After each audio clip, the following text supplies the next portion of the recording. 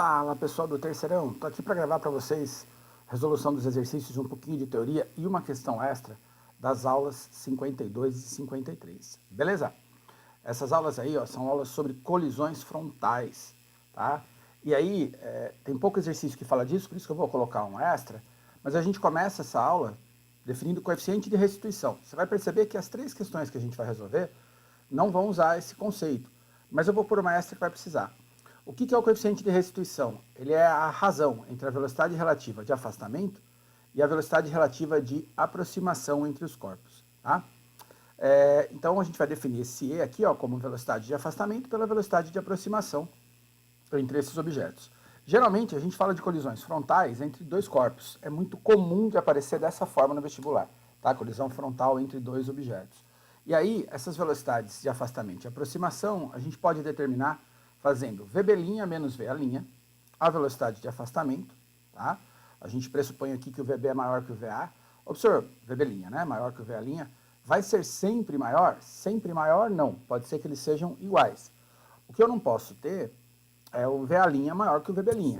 Né? A intensidade da bolinha preta aqui no nosso desenho não pode ser maior que a da branca depois que houve interação, depois, né, da colisão, tá? No máximo, elas podem ser iguais ou o VB' tem que ser maior. E a gente divide pela velocidade de aproximação, que é o VA menos o VB. E aí, novamente, né, no começo, para haver a colisão, a velocidade do A em módulo tem que ser maior que a do B, senão não vai ter colisão. Então, o coeficiente de restituição, VB' menos VA', velocidade final de B menos a de A, dividido por VA menos VB, velocidade inicial de A menos a de B. Se esse coeficiente de restituição for 1, a gente vai chamar essa colisão de perfeitamente elástica.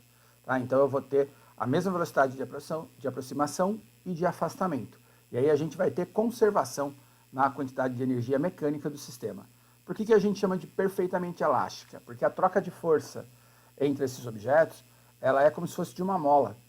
E a força elástica, uma mola perfeita, né? Essa força elástica ela é uma força conservativa, então a gente conserva a energia. Se o coeficiente de restituição estiver entre 0 e 1, a gente chama a colisão de parcialmente elástica e vai ter uma perda de energia. Quanto mais próximo de 0, maior vai ser a nossa perda de energia. Quanto mais próximo de 1, sempre que eu falo energia aqui é mecânica, quanto mais próximo de 1, maior vai ser essa conservação de energia. Tá? Então, o coeficiente de restituição de meio indica para a gente que a velocidade de afastamento desses objetos é metade da velocidade de aproximação. E se o coeficiente de restituição for 0, a gente vai chamar essa colisão de inelástica. O que quer dizer que ela é inelástica? É quando um objeto bate no outro e eles vão se deslocar juntos. Perdão, vou dar um exemplo de uma colisão inelástica para você, entre um objeto fixo e um móvel, que é mais fácil de você entender. Você junta lá um monte de papel higiênico molhado e joga no teto do banheiro. Ele vai lá e bate e ele deforma a hora que ele bate no teto. Né? O papel higiênico molhado vai deformar, só que ele não vai restituir. Ele não vai ter o comportamento de mola restituindo o seu formato original. Lembra, a força elástica é uma força de restituição. Então ele vai ficar amassado ali, vai ficar grudado um no outro. A gente chama então de inelástica. Ele amassa, mas não devolve essa energia para a gente. Então a gente vai ter um E igual a 0. Ele vai perder muita energia mecânica. O senhor vai perder toda a energia mecânica? Não, porque os corpos vão ter deslocamento depois da colisão. Só que eles vão andar juntos. É a situação em que eu tenho maior perda de energia mecânica. Beleza? Lembrando que toda colisão é um sistema isolado. O que é um sistema isolado? É aquele em que eu tenho conservação da quantidade de movimento. A quantidade de movimento final vai ser igual, vou voltar aqui, ó, à quantidade de movimento inicial. Como a gente está falando de dois objetos, lembra? A gente usa aquele conceito do MA/VA' mais MB/VB' igual a MA/VA mais MB/VB. Belezinha? Tá? Dá um pause aí se você precisar anotar alguma coisa daqui. Vamos resolver os exercícios. Então, lá no caderno 8, página 696, essa questão 1 é uma questão que a gente só consegue resolver se a gente tiver a resposta. Tá? Essa questão ela não poderia ser uma questão discursiva. Ela diz assim, ó, nas estradas, um dos acidentes mais comuns é a colisão traseira. Um dos motivos desse tipo de acidente ocorrer é a pouca distância que o motorista do veículo traseiro mantém do veículo da frente. Vamos analisar um carro A, traseiro, de massa 500 kg, a 20 metros por segundo. Que por estar muito próximo de outro veículo B, dianteiro, de 2 toneladas à sua frente, colide contra a sua traseira. O veículo B desenvolvia a velocidade de 10 metros por segundo, conforme a ilustração. Qual dos gráficos melhor representa a variação da velocidade em função do tempo. Eu acho que eu vou ter que me tirar daqui, porque eu vou tampar a solução. Daqui a pouco eu vou descobrir. Vamos lá, o que a gente vai fazer? Ó? O nosso sistema é isolado, então a quantidade de movimento depois vai ser igual à quantidade de movimento antes. Ou Q final igual a Q inicial, tanto faz. Às vezes eu escrevo de um jeito, outras vezes escrevo do outro. Como é que a gente calcula essas quantidades de movimento? MA VA' mais MB VB', já que eu estou falando de dois corpos em um fenômeno unidirecional. Tá? Estão na mesma reta. Essas colisões são frontais. Igual a MA VA mais MB VB. Substituindo os valores, ó, 500 vezes VA' mais 200 vezes VB' é igual a 500 vezes 20, a velocidade inicial do ar era 20, mais 2.000 vezes zero. Lembra, as 2 toneladas valem o equivalente a 2.000 quilogramas. Eu vou tirar o meu rosto daqui, ó. Aí, para você ver melhor, ó. E agora? Vou colocar 500 em evidência. Aqui, tá? Vou pôr 500 em evidência. 500 VA' mais 2.000 VB', os dois têm 500. Se eu ponho 500 em evidência, fica 500 vezes VA' mais 4 VB', que é igual a 10.000, 500 vezes 20, mais 20.000, que é 2.000 vezes 10, as velocidades iniciais. Mais uma passagem, ó. 10.000 mais 20.000 dá 30.000, sobre 500 vai ser VA' mais 4 VB'. Bacana, então VA' mais 4 VB' vale 60. Professor, mas quem é o VA', quem é o VB'? Se não fosse teste, eu não tinha como cravar essa resposta. Porque qualquer par que satisfaz essa equação, em tese, poderia responder. Tá? Então, por exemplo, né, se o VA' fosse 0 e o VB' fosse 15, responde a minha equação. Nem sei se fisicamente é possível. Se o VA' fosse 60 e o VB' fosse 0, talvez pudesse responder. Enfim, qualquer par que responda isso. Se ele tivesse falado para nós qual o tipo de colisão que eu tive, se ela foi perfeitamente elástica, parcialmente elástica e me desse o coeficiente de restituição ou inelástica, a gente substituiria, né, na equação do E, né, do coeficiente de restituição, e montaria um sistema, mas ele não disse. Então eu preciso olhar para os gráficos, tá? Olhando para os gráficos, você vai ter a seguinte situação. Já está a resposta aqui que é B. Por que o A não pode?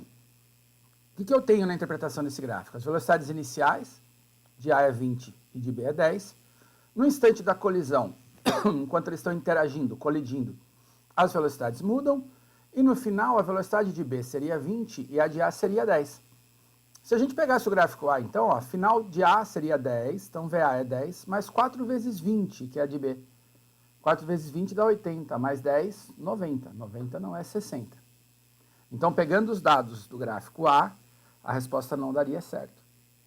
Pegando os dados do gráfico B, a velocidade de A no começo era 20, a de B era 10, então está certo a inicial.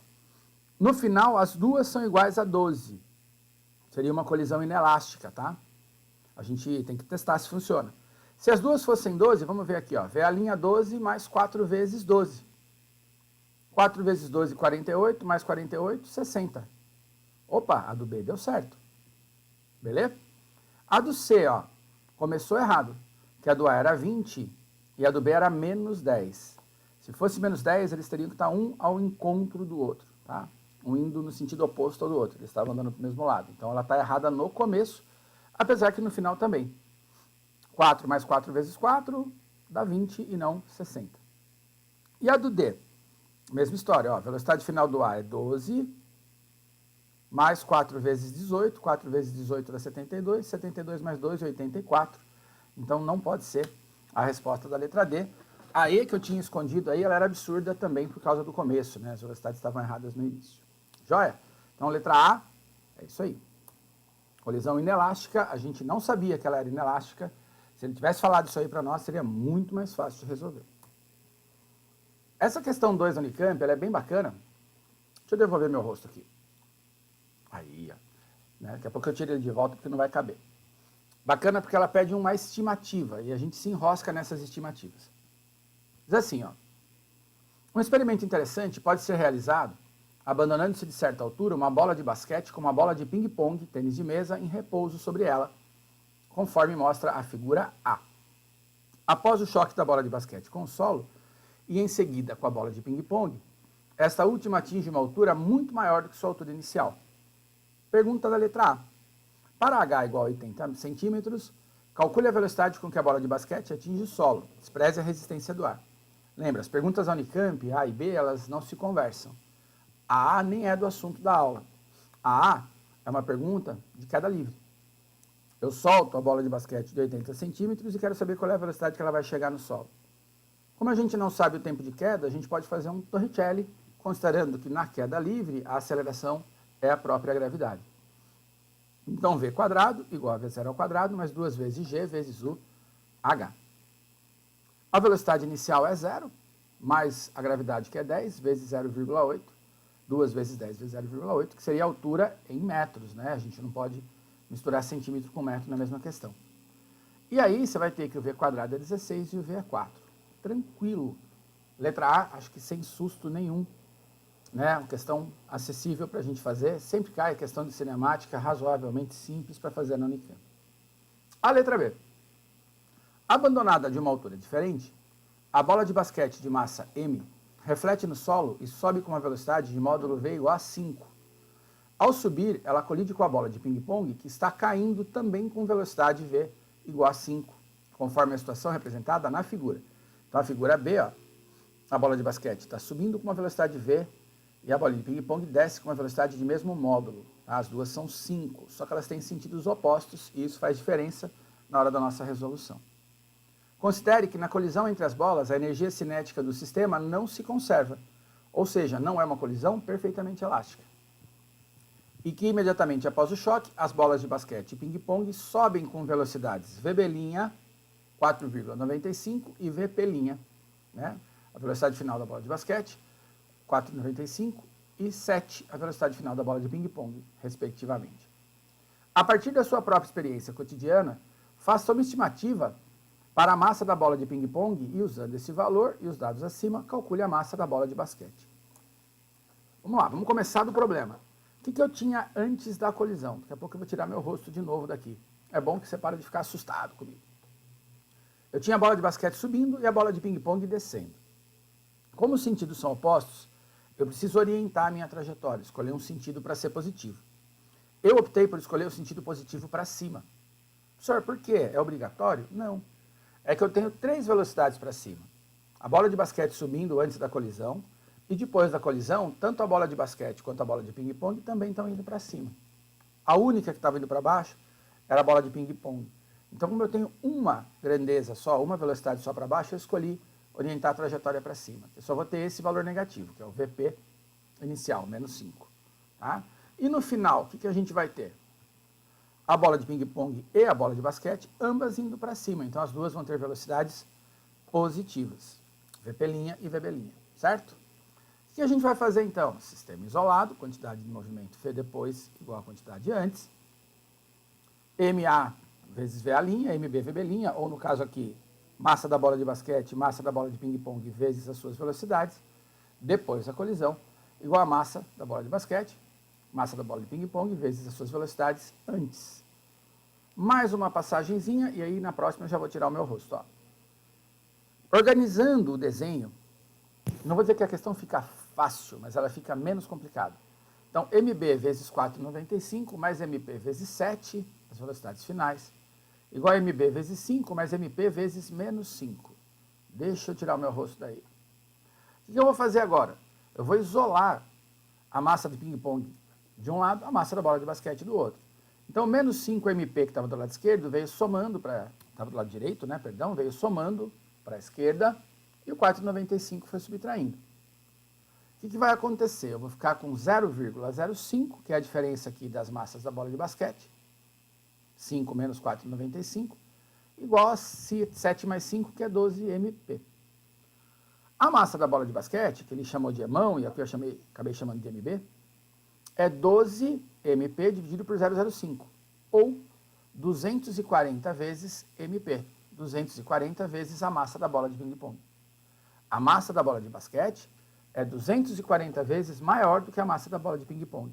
E agora? Bom, agora a gente tem que atribuir alguns valores para a massa da bola de ping-pong. Quanto será que tem de massa uma bola de ping-pong? Senhor, não sei, mas a bola de basquete talvez a gente tenha noção. Então, por exemplo, ó, se eu falar para você, eu vou tirar esse daqui. que a massa da bola de ping-pong, que ela tem 10 gramas, só para a gente entender aqui, para a gente pensar junto. Se a massa da bola de ping-pong tivesse 10 gramas, a massa da bola de basquete seria 240 vezes 10. 2.400 gramas, 2,4 quilogramas. Será que 2,4 quilogramas para a bola de basquete não está muito? Está bastante, né? Está muito grande. Ô senhor, mas se a massa da bola de ping-pong tiver 1 grama, aí a massa da bola de basquete vai ter uns 240 gramas. Parece que é pouco, né? Ah, sei lá, professor, uns 2 gramas, 3 gramas na massa da bolinha de ping-pong? Talvez, por aí. A gente não tem como cravar a resposta, a não ser que a gente tivesse o Google na mão para procurar quanto que vale a massa da bola de basquete ou a massa da bola de ping-pong. A gente não tem como cravar isso. Eu aqui sugeri 2,5 gramas. Tá? 2,5 vezes 240 dá 600, que é mais ou menos o que tem uma bola de basquete mesmo.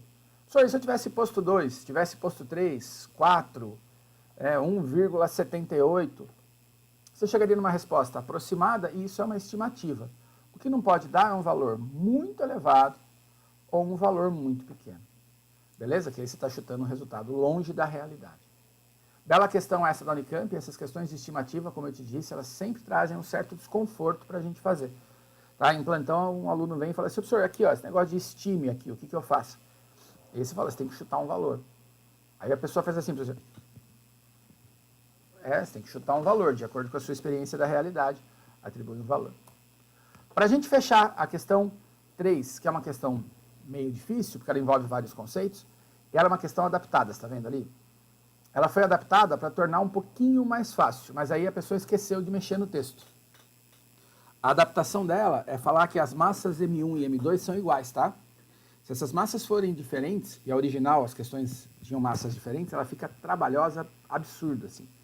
Então a adaptação é essa, M1 é igual a M2 e vale M. Se você tiver dúvida disso, eu te mostro a resolução da questão na impressa na aula. Pede para mim lá que eu te mostro. Ó, tá vendo a resolução aqui? Ó? Ele fez como se fossem iguais. Tá? Ele fala assim, o brinquedo é constituído por um tubo, né, um tubo em forma de 3/4 de arco de circunferência de raio médio R, posicionado no plano vertical como mostra a figura. O desafio é fazer com que a bola 1, ao ser abandonada de certa altura H, acima da extremidade B, entre pelo cano em A, bata na bola 2 que se encontra parada em B, ficando nela grudada, colisão anelástica, mesma coisa aqui, inelástica, e ambas atingem a extremidade A. Quer dizer, o cara vai soltar a bola 1, ela vai completar os 3/4 da volta, vai bater na B, e juntas elas vão cair no ponto A de novo. Tá? Isso é uma brincadeira. Né? Quem é que brinca disso? Não sei, mas é uma brincadeira. Despreze, as massas 1 e 2 são iguais, né? Despreze os efeitos do ar e das forças de atrito. Letra A. Determine a velocidade V em função de R1 e R' com que as duas bolas grudadas devem sair da extremidade B do tubo para atingir a extremidade A. Essa questão é uma questão de segunda fase de FUVEST, dolorida de fazer, não é tão simples assim. A primeira coisa que a gente tem que identificar é o assunto.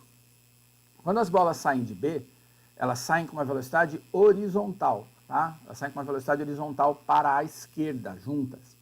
Se elas têm uma velocidade horizontal e não tem trilho, a gente está falando de um lançamento horizontal.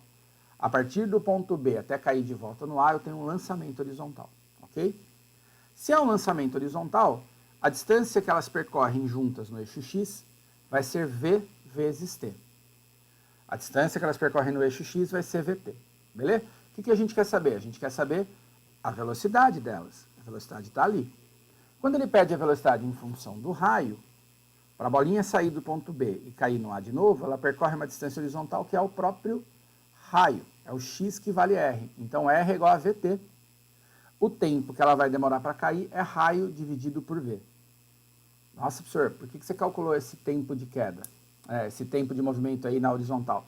Porque enquanto ele vai para a esquerda, ela cai. Aí eu consigo dizer para você que no eixo Y, na queda livre, o Y é igual a GT² dividido por 2. Tanto que ela desce, a distância que ela desce é enquanto ela vai para frente. Ué, esse Y também é raio. Para sair de B e até A, ele percorre R na horizontal e R na vertical. E esse T que está aqui, a gente achou na linha de cima. Então, eu vou poder substituir. Ó. Se eu mandar o 2 multiplicando, GT² é igual a 2R. montando o sistema das duas equações, ó, 2R é igual, 2R é igual a GT quadrado. G, o tempo é R sobre V ao quadrado. Vou voltar aqui para você entender, ó. GT quadrado é igual a 2R. Então, meu 2R é igual a G ao tempo, R sobre V ao quadrado. Se a gente elevar ao quadrado aqui, vai ficar 2R, esse V quadrado eu mandei multiplicando, é igual a GR quadrado. Simplifica o que é igual. Um R com outro, ó. Um raio com outro, e mando 2 dividindo. V quadrado é RG sobre 2, ou GR sobre 2.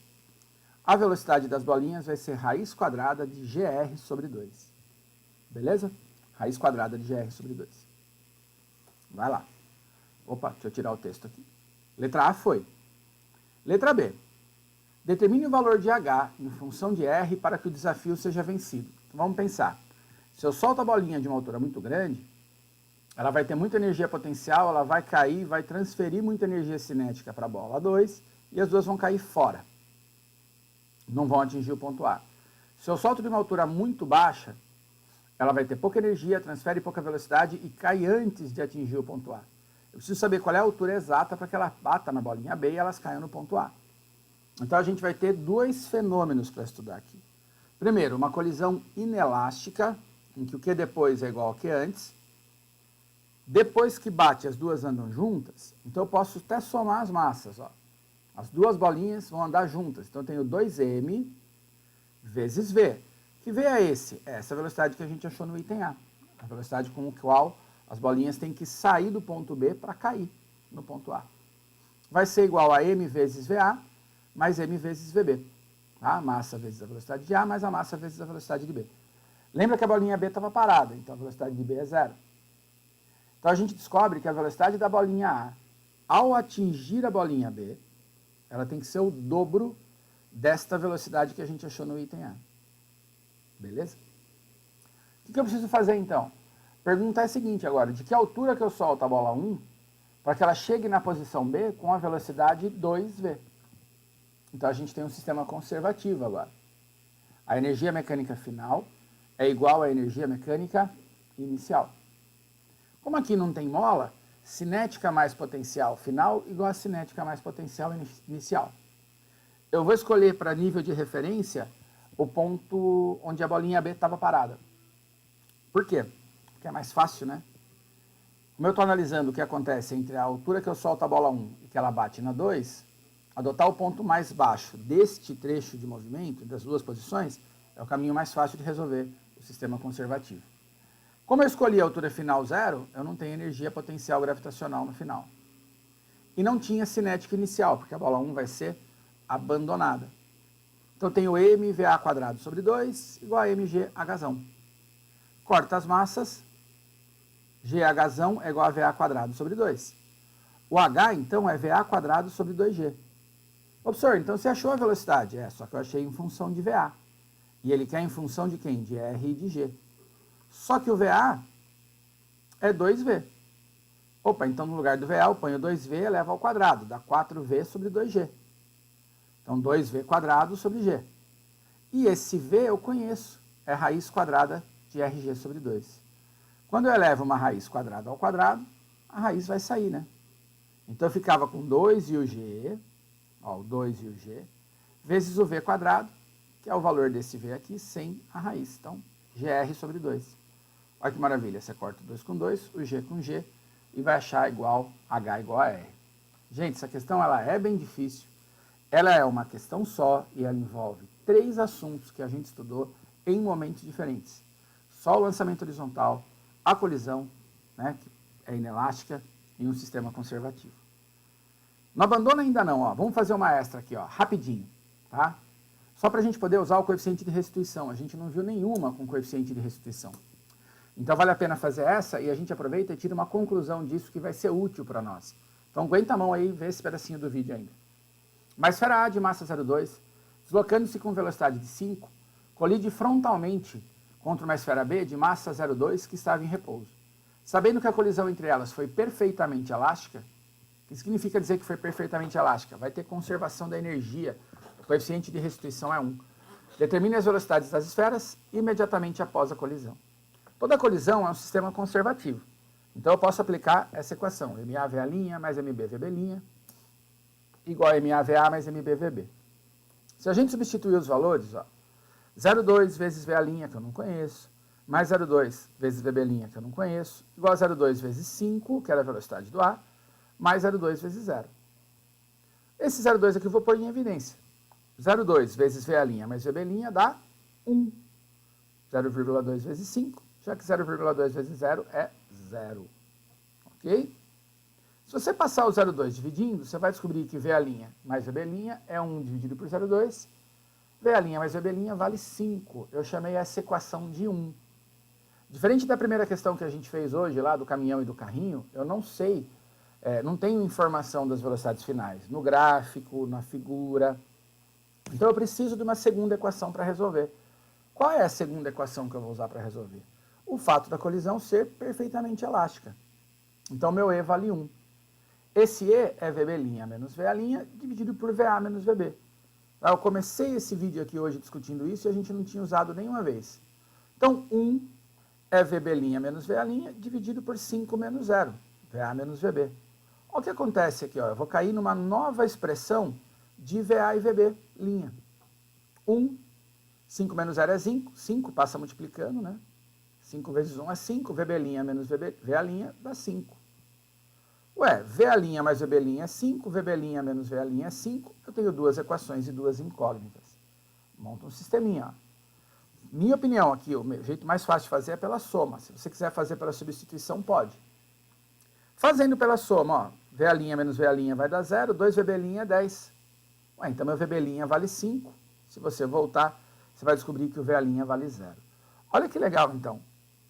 Numa colisão perfeitamente elástica entre objetos de mesma massa, a gente vai ter uma troca entre as velocidades desses objetos. Ô, senhor, como assim troca entre as velocidades desses objetos? Eu tinha desaparecido, me fiz fazer de volta aqui. Né? Voltei para assustar você. Quando você tem sistema perfeitamente elástico e os objetos têm a mesma massa, a velocidade de um no final vai ser a velocidade do outro no começo. Beleza? Então, olha ali, ó.